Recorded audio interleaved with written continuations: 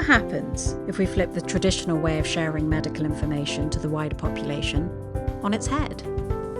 What happens if instead of letting algorithms or the zeitgeist of the moment order our social media feeds, we go straight to the source of clinical medicine and ask practicing experts what they see day in, day out, and give them an unedited platform to help disseminate practical medical information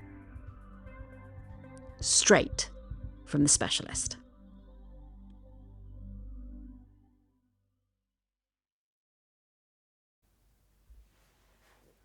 Welcome, Dr. Homa Arshad. This is recording number 2. Yes, it is. Thank you again for coming. It's great to be here, Brenda. So I'm going to release these one after the other. So I've been waiting patiently to get this date booked in. I'm sorry it's taken so long. No, don't apologise. You're giving up so much of your time in the morning on a really glorious morning. It's a glorious morning. All the way to Hackney to record it. Thank you.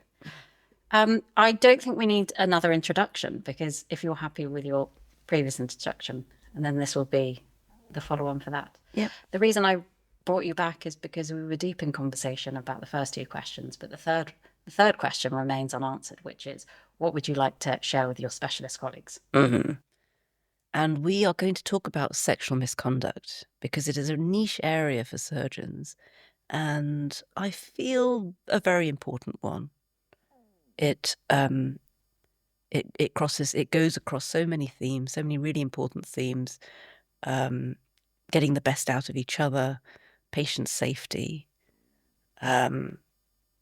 representing the profession in a way that is worthy of the trust put in us, our professionalism. So yeah, I think it's important. You asked me about a definition of sexual misconduct. Yeah, because I almost want to take it down to the basics. In my naivety, I remember when we were brainstorming for the first session, I used some other term, and then you very, very kindly and politely and softly said, no, sexual misconduct. I think I used sexual harassment, but I presume that sexual harassment comes under sexual misconduct. So misconduct is an umbrella term. Yes, I think it is, yes. And it's a term often used in relation to someone's role. So in the context of surgeons, in relation to one's role as a surgeon, as a doctor. It can be used in religious groups in relation to someone's role through their position, their religious position. And so it's used to separate the behavior relating to someone's particular role, separate to what you might see in a public place between strangers. Okay. So that you could have sexual harassment, sexual assault in a public place between strangers, but sexual misconduct more often relates to someone's role. Right, thank you. Actually, I do need to expand on your job title in regards to this, because you do have a role in the sexual misconduct world. Yes, I'm part of a working party against sexual misconduct in surgery.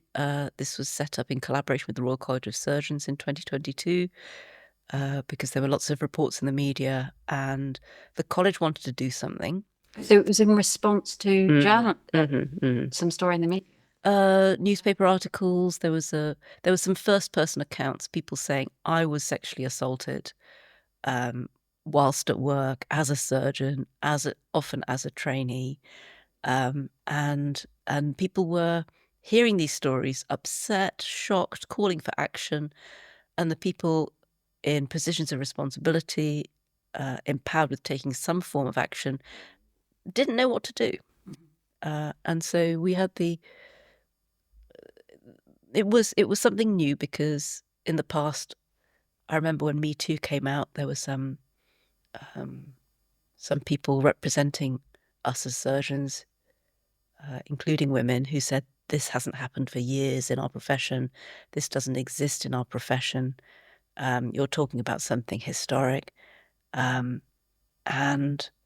when my working party's survey was published 2 years ago, with 1,400 respondents, mostly surgeons, some anaesthetists, 30% of women have been sexually assaulted by a colleague. And I think back to those times and the betrayal, what so many people must have felt of their leaders saying it's just not true. And so when these newspaper reports came out, this would have been 2022. Instead, leaders were saying, we are shocked, we are appalled. This has no place in our profession. We have to stamp it out. But there's a gap between that feeling and actually challenging the behaviour, which is very difficult. You feel like it's lip service, or is that too harsh a term? Bear in mind, they don't have to say anything. Mm-hmm. So I don't think it's lip service. I think there's genuine intention, genuine good intention. But there's a misunderstanding of these monsters, these terrible people are doing these terrible acts. We must somehow punish and exclude them. The reality is not like that at all. The reality is, yes, there are few perpetrators, far fewer than there are people who don't perpetrate these issues. But there's an established system, and each of us have a role in maintaining a misogynist system where women are undervalued and people of less status can be treated badly and their experiences denied, with really far-reaching, life-changing consequences. People leave their careers, people leave their partners because the behaviour is so deeply unpleasant. And yet, until very recently in the profession, there's been a denial that it even existed. Wow. Thank you for explaining that. Yeah, it's tough to actually hear the real life impacts, because as doctors often I think we suffer in silence because we're prioritising the health of others, keeping going, etc., etc. There are so many other things that come before your own needs. I think doctors generally are programmed to care for others, to do whatever they can for their patients. And the directive we have from the General Medical Council is still, you must make the care of the patient your first concern. Which I think we do well, but I think maybe sometimes too well, the detriment of our own health and maintaining the longevity of our career. People leave, with people, to leave a relationship and then not have that outside support. It just has this downward. I think I feel my feeling on it is the terminology is obsolete. Make the care of the patient your first concern. Sorry, drop down dead. Sorry, don't eat. Forget to eat. Forget to sleep. Make the care of the patient your first concern. It's ridiculous. Yeah. Don't have any oral intake of fluids. Done. Always. That's fine. That's fine. You die on that hill, we'll recruit the next one. Doesn't make any sense. I felt particularly let down when I saw the revamped good medical practice, and very heartened to see new practical, really effective guidance on sexual misconduct from the GMC last year. But this phrase is still in there, which is... Which phrase? Oh, right. Make the care of the patient your first concern. On extensive consultation with doctors and the public, that stayed in. Wow, yeah. What would you like it to read as? Something along the lines of, you cannot pour from an empty cup. You must prioritise your health and well-being in order to do the best possible job you can for your patients. I love that. So I think this is where a good definition, if you can explain to me what sexual misconduct is, because maybe I've been part of the system, and how long have I been I was in the NHS for? A good decade of training. And of course you see, toxic teams is something that's explained, we observe, we have the language around it. Sexual misconduct, I feel as though I may recognise the extremes of it. There are more subtle goings on that I haven't been able to put my finger on what it is. A bit like, for lay people, like narcissistic abuse, that's on social media. People know about it now. Maybe they overuse it. But I wonder whether your working group, part of its role is to educate all of all healthcare workers into really understanding what it is, and I hope I can help. I feel like our role is to facilitate an understanding. Yeah, that's all. That's We're the first step. we're a group of volunteers. We're unpaid. We volunteer our time, and our mandate comes from the Royal College of Surgeons. Not that we are within their umbrella, but we are a close collaborator. And in terms of a definition, Sorry, can I just also acknowledge and thank the Royal College of Surgeons, because a lot of industries won't have that. So if we go back to the Royal College of Physicians, they were the first ones to point out that there was a lower pass rate ethnic minorities, even though they were born and went to medical school in England. You know, as a profession, I think we need to acknowledge that we pay attention to the stats, and we do take action. And I still think, you know, the film world, say, for example, you can hear a lot that maybe it's virtue signaling, but I feel as though I am really proud to be part of a body which acknowledges something that comes their way and then does take action. So yeah, as difficult a conversation and a topic as this is, I still feel as though, well, at least we're doing something about it, and I'm really proud to have colleagues who are pushing this through. it is a matter of pride, absolutely, and it's interesting to see the disparities between organisations. Sometimes movement where we didn't expect it. Sometimes inertia where we didn't expect it. And the Royal College of Surgeons, the GMC, the British Orthopaedic Association are three of the organisations that have shown tremendous leadership in this area. And yes, I think a lot of people can be proud of that. So what's the definition? Definition. I've come across so many different definitions, and I'll talk a little bit about the flaws that I see in those. But I think a good definition is unwanted sexual behaviour related to your role. And so it includes sexual harassment, sexual assault. The key feature of sexual misconduct is a power dynamic. So there's a big overlap with bullying and other forms of harassment. The people targeted within this definition are always in some way disempowered. So junior, senior, you know, for example, that hierarchy in medicine. Can you explain perhaps to some people who are not doctors who are listening to this? Yes. Who trainees are? What's a foundation year doctor? Yeah. So we leave school, we go to medical school, qualify, and then an F1 foundation year doctor is a new doctor who's just qualified. And then there's an applications process, and you become more senior, and you set a direction on which area you want to train in. You go into specialist training, and then the consultant role is it's a position of permanent employment where you take up a contract and do some form of specialist work. And there are other forms of permanent employment which are outside the training system. Not that people are not being trained and not developing. Of course, they are. That's an essential requirement of any career in medicine. But it's a separate system. So what's a substantive contract? Substantive is somebody's given a contract that is for the rest of their working life and will only come to an end if they choose to leave, or there are conditions by where the employer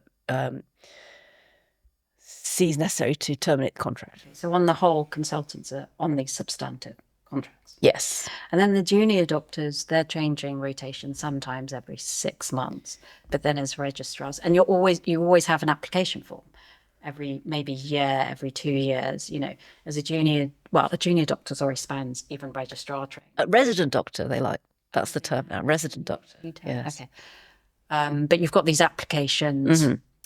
You rely on consultants to give you. So the hierarchy is it's partly age and experience. But you're also, what I'm trying to say is that you're reliant on not rocking the boat too much. Oh, yes. To then get a good, it's not a letter of recommendation to get into registrar training, but you have to have some core competencies signed off. You need to get good scores. I'm just trying to paint a picture. Yes. The process used to be a sort of nod and a tap on the shoulder many years ago, and now it's evolved into a much more formalized process. But the world, it's a small world. Every subspecialty in medicine is a relatively small world. People with similar roles are connected with each other, and the specialty is very, in many ways, conservative. In many ways, keeping the status quo. So the power imbalance, I'm asking you, doesn't even just come from the fact that one's got a substantive contract and the others are working the circuit. It doesn't just come from age and experience. It's multifactorial. Yes. Yeah. Okay, thank you. Yeah. Cultural. Yeah. Yeah, we have a culture of hierarchy, which is, I mean, it's in a way, it's an essential way of working, because experience and expertise should be guiding those who are learning, absolutely, and the responsibility should be taken on by those who have the ability to make certain decisions.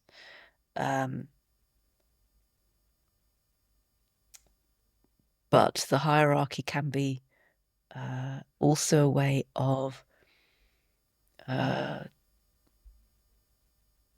somebody's true feeling, somebody's true what they really want and don't want being hidden, or people excusing it as hidden. Willful blindness, it's a legal term. I didn't know that she didn't want me to squeeze her bottom. How would I know? She didn't say anything, for example. And willful blindness becomes harder if things are written down. So the GMC's guidance is, in a way, quite helpful. You must not behave in a sexual way with the effect. It says intention or effect, with the effect of causing distress, amongst other things. So the idea that I didn't intend is not considered a defence. Sorry, repeat that for me.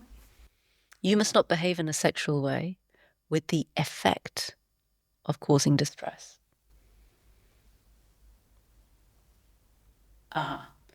So the person who squeezes someone else's bottom and says, I didn't mean to cause, it was meant as a joke.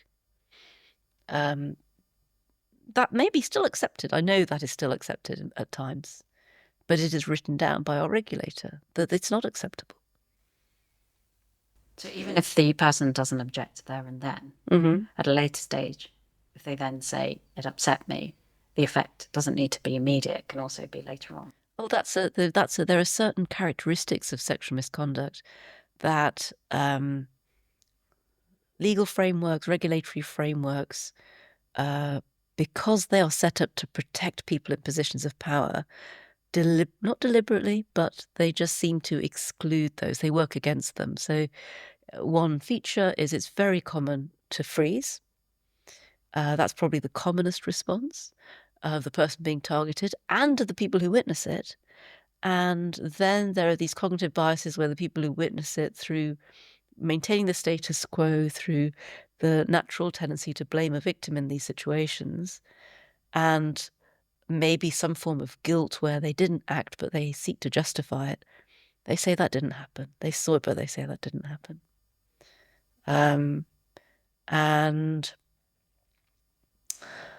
it often comes to light much later when somebody who has been distressed can no longer put up with it. And it might just be their internal monologue is the thing they can't put up with. But that's how it started. It was the incident that has caused this problem for them.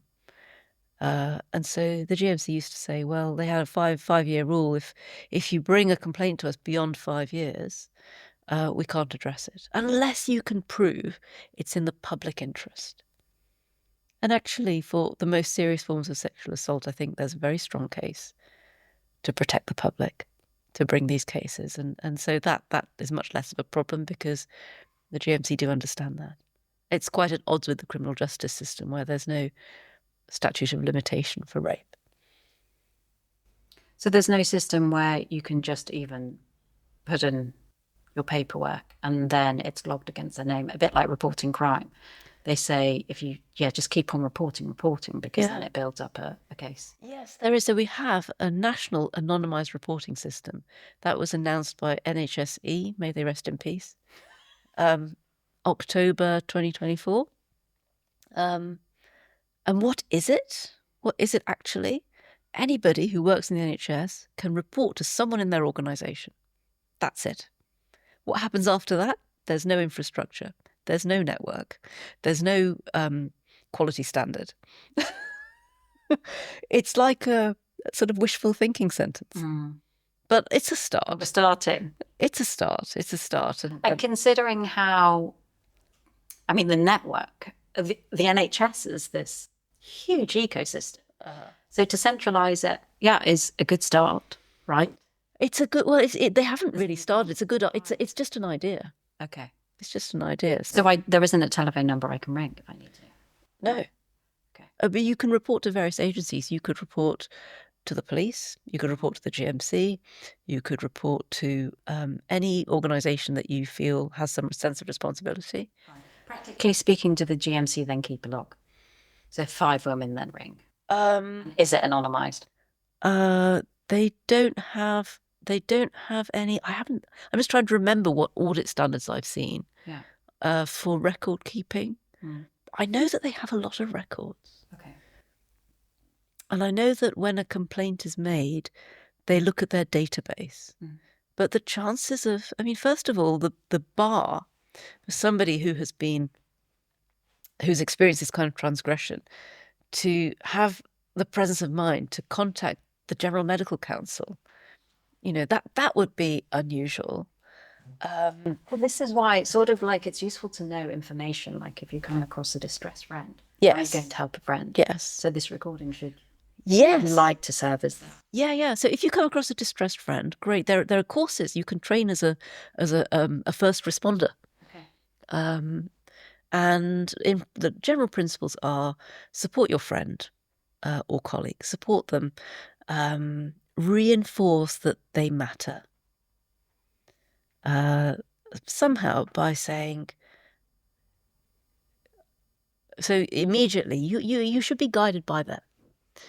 They want to tell you something, listen. And doctors are all highly trained in active listening in a way that some people who work for support agencies are not. That can be very disappointing for someone who's a highly trained listener to phone up an agency and have someone, particularly some organisations have a high turnover rate, and it can be quite a disappointing experience. Not all by any means, and there are some that are really excellent. My group's website does signpost to the ones that are particularly good. So the BMA offer... What's your group's website? Working Party Against Sexual Misconduct in Surgery. wpsms.org.uk. So that can signpost. Yes, it's got sources of support. But the BMA have got a counselling line for all doctors, whether they're members or not. And some of the Royal Colleges do. The Royal College of Surgeons certainly do. The BMA and the RCS use the same organisation, who are really good. The GMC have their own organisation, which they have a different approach. So support your... What is it then? Sorry, I'm going to backtrack because as the friend, do you need to be able to understand what it is to then be able to... I don't think so. No, I don't think so. No. So you have to... The most important thing, I can't stress enough... Like a doctor, you need a diagnosis before you... No. Physio... Oh dear, this is where doctors go wrong. Yes, correct. Because they think, what is it? I need to understand what it is. And no, you probably are going to have a lot of difficulty understanding what it is, given the person who's distressed... very, very likely they can't make sense of it. They are confused, they're upset, they're shaken, usually, and they just want to tell someone, and they are taking a huge risk because most people on receiving a report will dismiss and deny. It's not that people are bad, it's not that they're lazy necessarily, it's just there's a normal cognitive bias because it's an uncomfortable, dangerous thing. People will say, that didn't happen. I don't think, how can I believe you? I'm not sure that, or they'll dress it down. I'm not sure that really happened. I don't know about that. Whatever. And just walk away. So no, diagnosis is not the right approach here. Absolutely not. The most important thing, I can't stress it enough, is to be led by the person who's reporting to you. For example, if they tell you about something that sounds like rape, and you say, oh my God, you've been raped, that is hugely traumatic to that person. You are not the right person to say that, like immediately. And should that kind of response come out, the person's psychological trauma will probably be far worse than if you just support them as their friend or colleague. So listen, active listening, but not, it's a balance. Ideally, active listening without prying, without questioning. They shouldn't be questioned. They definitely should not be interrogated. And that happens a lot with people in a position of responsibility, training program director, senior colleague. They want to understand for themselves. They're prioritizing their understanding because they want to help. Well, maybe it's not so much they want to help. They want to understand what to do. Mm-hmm. And a very common thought in the front of people's minds is this, why might this person be lying? And they look for motive, and they're trying to tease that out. Why is that, do you think? It's a normal cognitive bias. That will happen that happens to humans. And yes, happens to, it's a normal human, a lot of research has been done in victims of earthquakes versus victims of sexual violence. The victim is blamed. It must have been something about the victim. And yes, people are more vulnerable sometimes. There are characteristics that make people more vulnerable. But it's not their fault. Nobody deserves to be attacked. So support them, be led by them, support them, be kind to them, remind them they matter to you personally. Try to minimize your own emotional response. People who shout, people who go mad. I went mad, and she said she didn't want to take it further. Well, surprise, surprise. If you can't even control your own response, you won't have credibility with this person. So meaning they're going through so much anyway.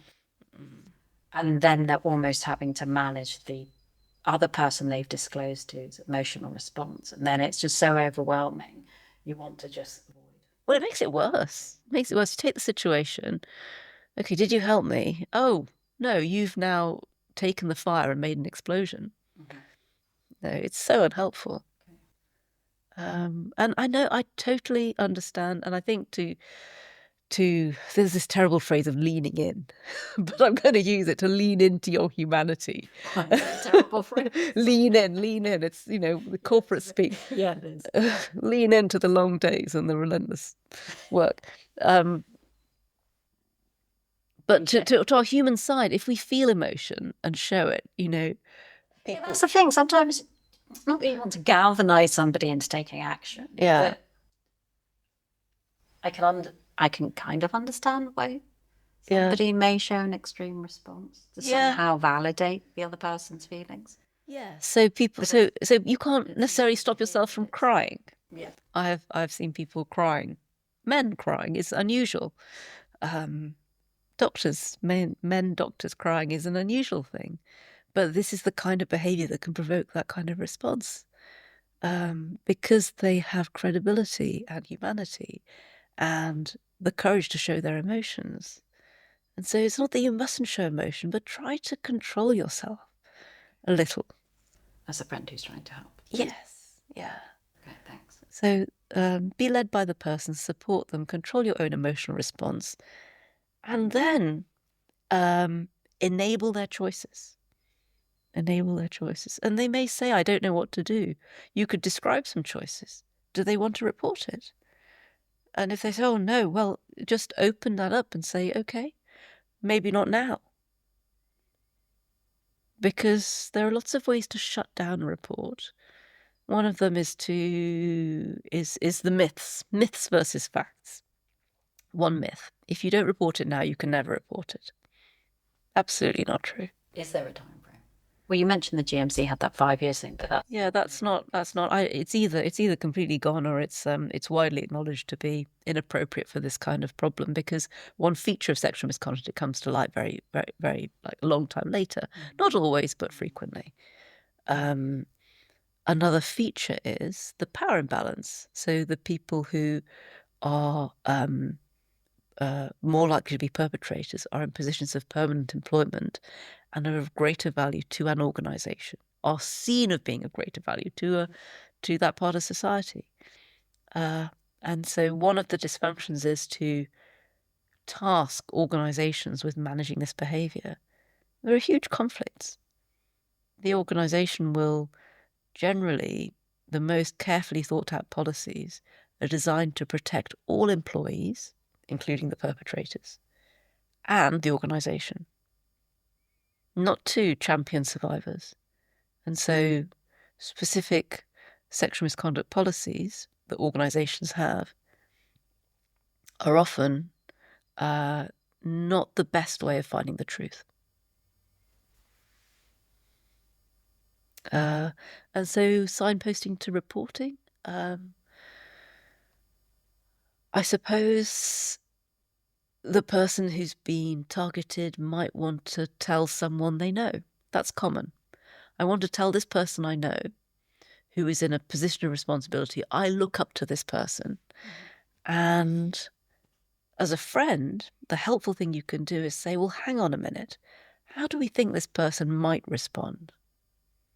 This person who's been friends for a long time with the person who's targeted you, is their colleague, is interdependent on them, is potentially going to face a legal challenge from the person who's targeted you if they say or do anything. Just think about who you're going to tell and how, and what the possible responses are. Okay. So just to clarify in my mind, so you've got the perpetrator, you've got the victim. Are these technical? Perpetrator, yes. Victim is to some degree unpopular. People say things like, I don't want to be seen as a victim. Yeah. I'm not a victim. Sure. So people sometimes like victims, survivor sometimes. Then you have people saying, I haven't survived anything. This is just normal, which unfortunately it is very common. Person targeted. Person targeted. So you're saying that they need to be careful who they share the information with, because the perpetrator then may take legal action against people who shared the information. Against whoever they think whoever they think is best placed for them to attack. Okay. So this happens? Oh, yeah. So if you then disclose or share your story with so if you're a junior doctor, you share it with a female consultant colleague. Sometimes the female consultant colleague is targeted. Yeah. Wow. Okay. But the targeting isn't necessarily a legal challenge. It could be just nastiness. Right. It could be threats. Yeah. It could be isolating that person. Forming a cabal to harass the person who believes the truth. It can be very divisive. But at the same time, it's the truth. So it is, I believe that silencing people who want to tell the truth is really unhelpful. It's wrong, it's damaging, it's perpetuating abuse. But people who understand their choices are best placed to act on them. What's the scale of the problem? So in the survey that my group did, we asked, it went out eventually on social media, but to start off with, it went out to societies and organisations and conferences. We had 1,400 responses, half men, half women. And of the women, this was surgeons mostly, consultants and trainees. Of the women, 30% had been sexually assaulted by a colleague. 90% had witnessed harassment, sexual harassment. 90% of women had witnessed sexual harassment, had seen it happening in front of them. Wow. And is this more of a surgical training or surgical problem? We wanted to do something because the Royal College of Surgeons wanted to act, but there was, so a few years before our survey, there was the BMA Sexism in Medicine, which is slightly different. Slightly different. It just asked, have you been discriminated against? Have you been treated badly or hurt or harmed because of your gender? And 90% of women doctors who respond to the survey said, yes, I have. And the Surviving in Scrubs group collected stories via their website. Anyone could report what had happened to them. And they observed there seems to be a particular issue in surgery. A lot of reports were coming out of surgery. And why should that be? You talked about narcissistic behaviours. Yes, amongst surgeons, narcissistic personality traits are common. The ability to do something invasive to somebody's body, often quite dramatically invasive to somebody's body. As a prerequisite for their job. Yeah, without feeling upset by it, feeling driven and excited by doing that to do good. But also we might have individuals who struggle with understanding other people's perspectives. The confidence that comes with that sometimes makes it difficult to see that the person in front of you is not having the same experience as you.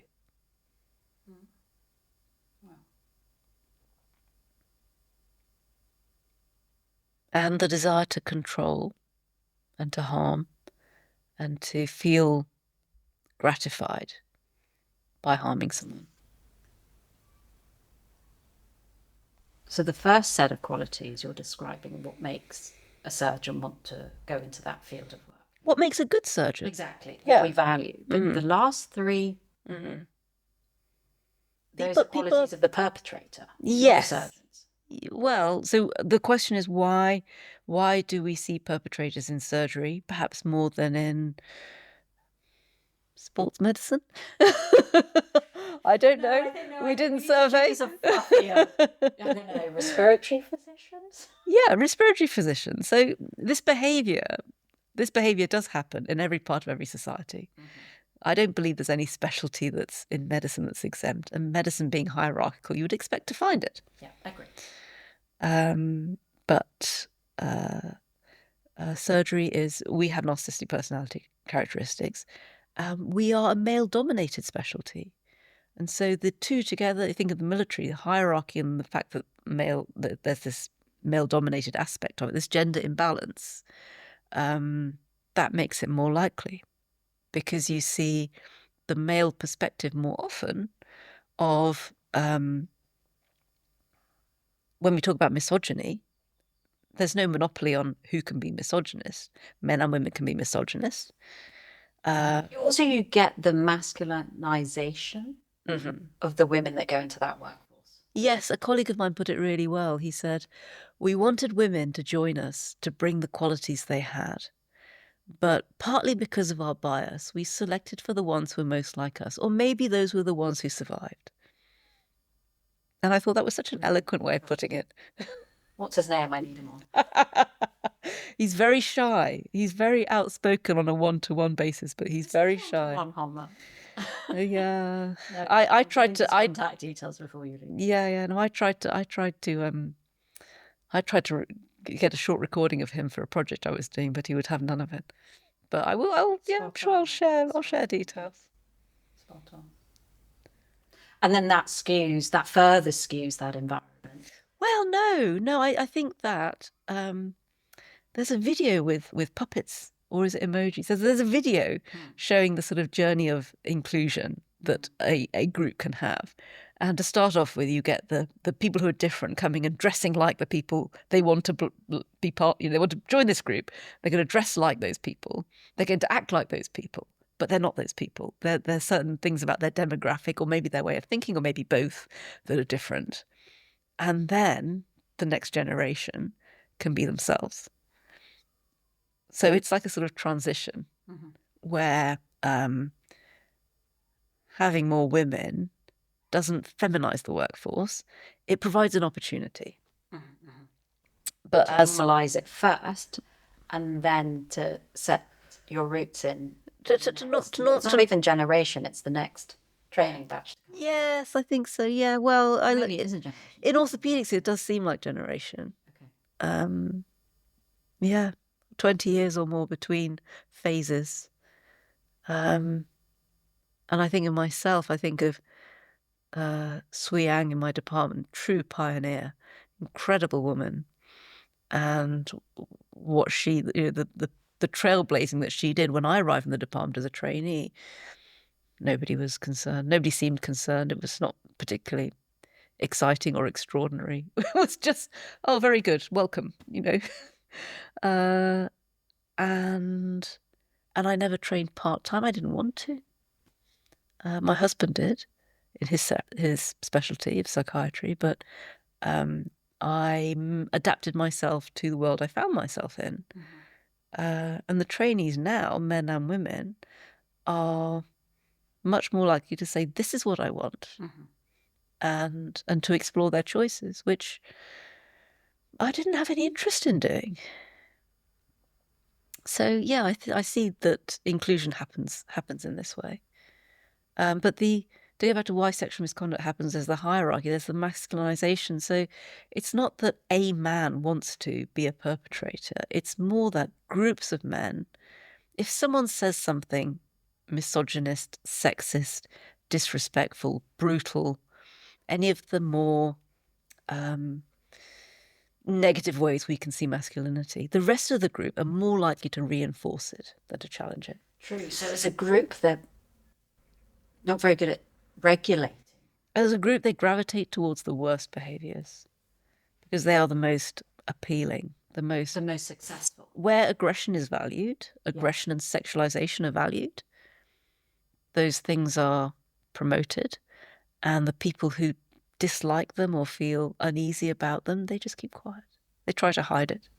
Can I give you it's a small example of that. There was a WhatsApp group of some consultants, and initially it was set up because we were having some work difficulties, and then the conversation started getting a little questionable.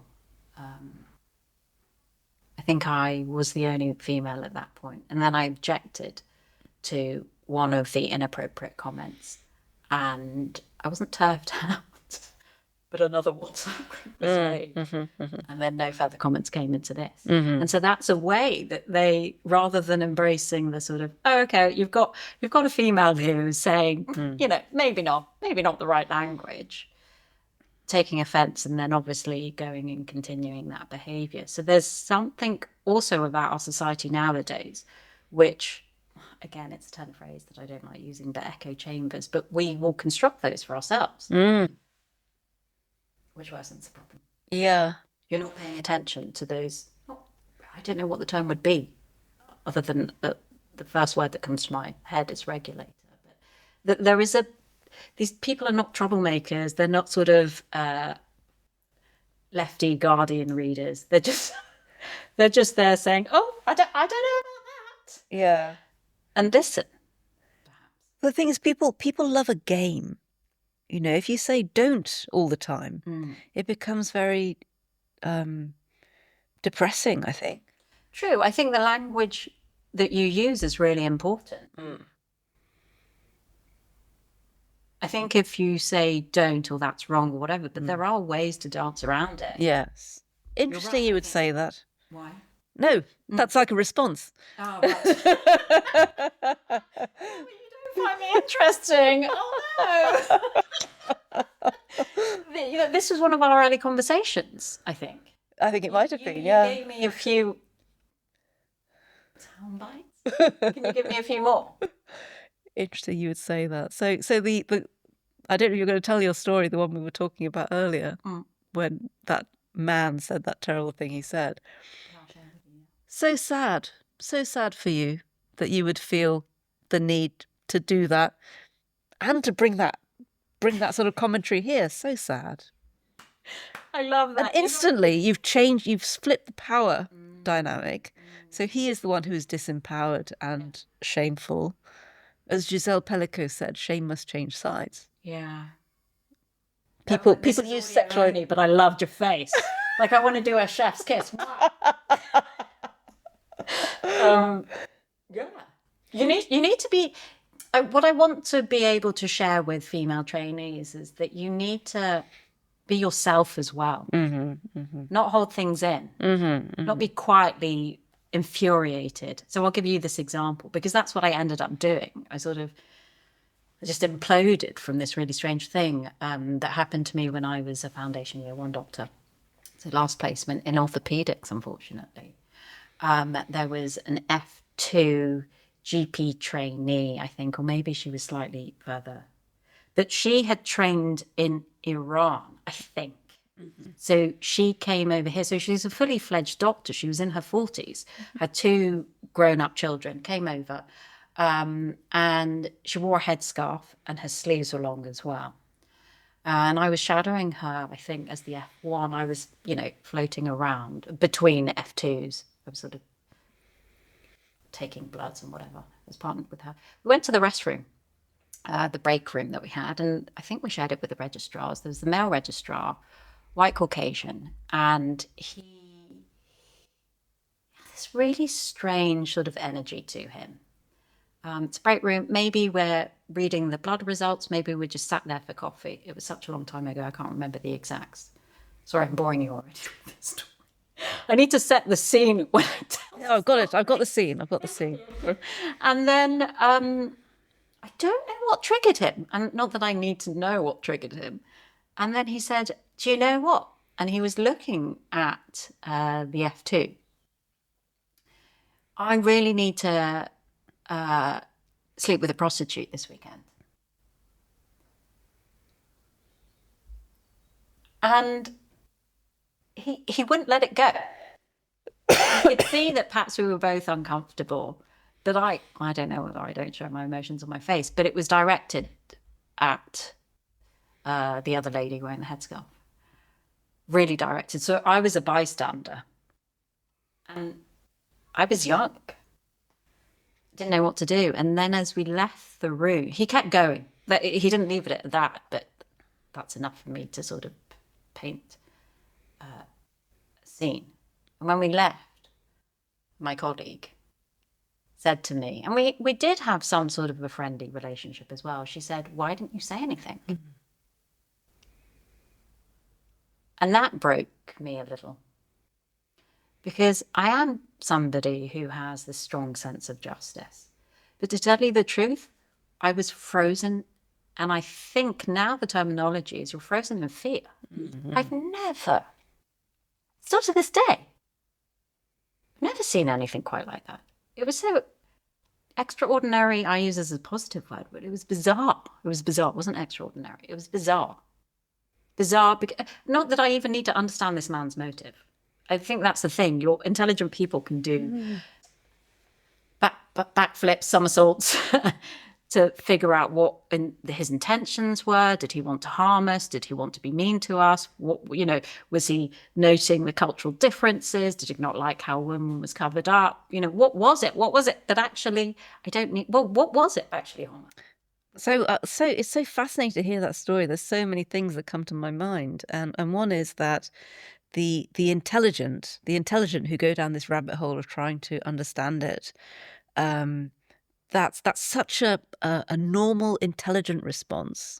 And it's so unhelpful because you get dragged into their world in a way that centralizes them. And actually, so to try and understand centralizes the perpetrator.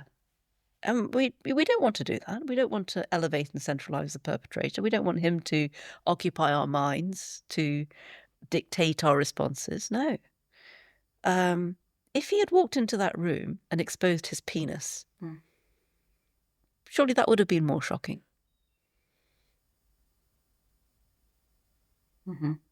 Could you imagine that happening? No. Because that is something that has happened two people in hospitals. I mean, this behaviour, so it's, you know, colloquially known as flashing, indecent exposure. That's a form of sexual misconduct. And so it's all, the behaviours are all on a spectrum. It's unwanted. It's often shocking, and the response should be to shut it down, and to draw a boundary. And I would argue that somebody in the workplace indecently exposing themselves is not fit to be in that workplace. Somebody making a comment, as he did, I think self-compassion is very important in these situations. You know, we all look back and think, oh, if only I had, and I didn't do well enough, and actually freezing if you're targeted or witness something like that. It's just a normal human response. But what could we do? There are courses for that too. Active bystander. Into you know, how you can respond. Personally, my personal favourite is the one-liner, as you say, the sound bites. How sad that you would feel the need to do that, and how sad to bring this commentary into this space. And then I probably wouldn't say shame on you, but it is shameful talking like that with colleagues. The disrespect towards someone's obvious, you know, expressed cultural background. Do you not worry that they can act against your career progression? Because it's that power imbalance, that's the problem that we're talking about as well. Yeah, I must Even say, when I one never, is like that, no. I never really worried, no. No, I mean, I think that's the thing. I used to, but I want to empower my younger self and younger doctors. Yeah. That one-liners, really, can anyone use those things against you? Oh, yes. Yeah. So someone could say, in fact, people have said, I don't really like you in my operating theatre. I don't think you should be here. To exclude people in that way. Right. Or to try to exclude people in that way. So as a trainee, one response could be, well, I think this is a perfectly good place for me to be. Is there something official we should look at, Mr. X? But having a bit of thought around how you might like to challenge, what feels authentic to you. Because if you use someone else's soundbite and then there's some unexpected punishment at the end of it, even if it's just an attempt to exclude you, then that won't sit well with that person. Whereas if it's come from, you know, this is what I want to say to you, knowing who I am, who you are, that's my choice. And actually, I feel like a lot of the time people are paralysed from fear of the bogeyman, when the bogeyman is actually ridiculous. And so you can go on these courses to pick up your value system, your one-liners. No, the active bystander is I feel like it's very basic. They talk about the D's, so you can distract. It's the sort of stuff you see on the tube. On the tube, yes. So you turn to the person being targeted and go, can you tell me the time, please? You know, it's so simple, but it's an alternative to saying nothing. And actually, in that situation, the man says something horrible, and you turn to, and this behaviour of excluding you with his body language or his facial expression, you feel like you're being shut out. It's between him and the person he's targeting. Whereas actually you are in the room, you are witnessing it, you are not powerless. And so you can intervene and say, Jemima, what is it that you're doing? What is it that we're going to do this afternoon? Oh, do you think we should start with this or should we start with that? Sorry, you are irrelevant. You who intend to shock and distress and humiliate someone for whatever reason that I'm not going to engage my very good brain on, you're irrelevant. It's a really good way of shutting it down. It's very simple. Yeah. So distract is one. Distract. Delegate. So you maybe write down what's happened, take a record of it, and think, who can I tell about this? Who can I tell? Who do I trust with this information to handle it in the right way? You may find nobody. Yeah. So because things are not anonymised, it's the problem with the whistleblowing as well. They can be anonymised. They can. Well, the whole thing about whistleblowing is it's a total fiction that whistleblowers are protected. That's why you have 4 different organisations tasked with whistleblower protection and so many stories of people still being harmed, losing everything. In medicine, the Freedom to Speak Up Guardian network has that capability to take anonymised reports.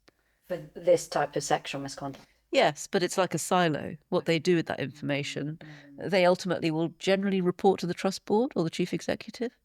They'll report some statistics. Everyone's happy. Nothing changes. So the example that I gave you, I presume that's a less severe type of sexual misconduct. What are the grades?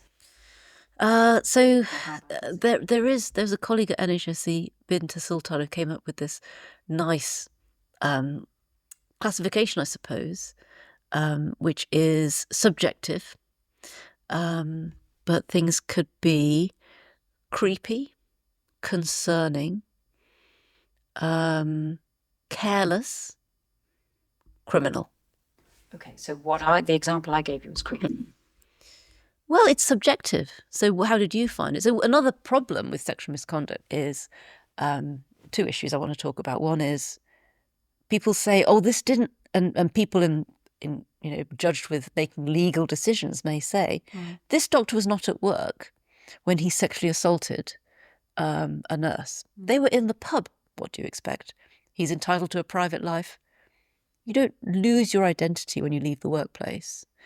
And in research looking at the excuses that perpetrators give when even after the perpetrators who've been found culpable, so the tribunal said, yes, we believe you did this. The excuses they had given, there were basically 4 categories of excuse. Denial of incident, denial of harm, victim blaming, cognitive reconstruction, where they make another story up. And of that big group of people, half of the incidents had happened outside the workplace. It's a sort of willful blindness in thinking I can behave differently because I'm not in the hospital, knowing that most employers will be disinterested if it wasn't in the hospital. But you're saying they're still using that power. Yeah, of course they are. That's the key. Yeah. And some years ago, one medical director said to me, it doesn't matter if you're a doctor or a postman or whatever, if you've sexually assaulted someone, then you have. But the issue is that the criminal justice system is so poorly equipped to deal with this that regulators, employers, everyone has their place. If anybody says, well, it's someone else's job, the chances are the person will get away with it and nothing will change. So how do we help young men understand themselves better, not to reduce the risks of developing into perpetrators? So it's be able to safeguard their. So leadership is a really important thing. If the people in positions of leadership are the ones who are talking over women, making sexist jokes, making sexualized comments, then it looks set to continue. It all stems from that. What can you do as someone who is, for example, a substantive consultant or a consultant in a permanent role who's not in that? So somebody who, as a woman wanting to change things, goes into a leadership position, the chances are she will be targeted and attacked for having one's head above the parapet. You're more likely to survive as a woman in a misogynist environment if you know your place. So the onus is really on the leaders who are surgeons, looking at their own behaviours. So how would I categorise that comment? Yeah, creepy, I think. Yeah, But there's also, the other thing I wanted to mention was, there's this phenomenon where somebody says, he said this thing to her in front of me. It was lewd. It was inappropriate. I don't want to hear stuff like that from my colleagues. And she says, I don't have a problem with it. And so everybody holds up their hands and goes, well, there's nothing we can do. Our hands are tied unless the victim makes a complaint, which then means everyone has to put up with it. Why is the man who witnessed this being forced to put up with it? Because the victim doesn't complain. I think it's outrageous. But that's another really common misunderstanding about the topic. So sometimes, if anything, the take-home message is, how can we facilitate those who are observing it? 90% observe it. Yeah. The big challenge is that because sexual misconduct is the main feature is an imbalance of power, the people in positions of power very often will have been part of the problem. And so they have their own biases, their own wanting to justify the way they might have behaved themselves in the past, their own internalized misogyny. In terms of them wanting to challenge it, there often isn't a lot of capability. And so you need almost like a... So it brings out inner discomfort in themselves. Yes. But do we have to be aware of cultural context? How... So that's a really common way. Changed over a period of 40 years. Yes, of course. And in a way, the past was a different time. There were different expectations. The GMC will say, and have said, we never said it was okay. And that's true. But you also didn't define things at all. You turned a blind eye to this behaviour. And so I think the approach to that is for people who realise they've harmed someone. There is, and I know of situations where someone has apologised, and I know that has been meaningful to some people. Can we close with the definition again? Yes. I would say unwanted sexual behaviour in the workplace or relating to your role, including sexual harassment, sexual assault, serious sexual assault. It can happen in the workplace itself or outside the workplace because people's roles don't change when they leave their place of work. Thank you.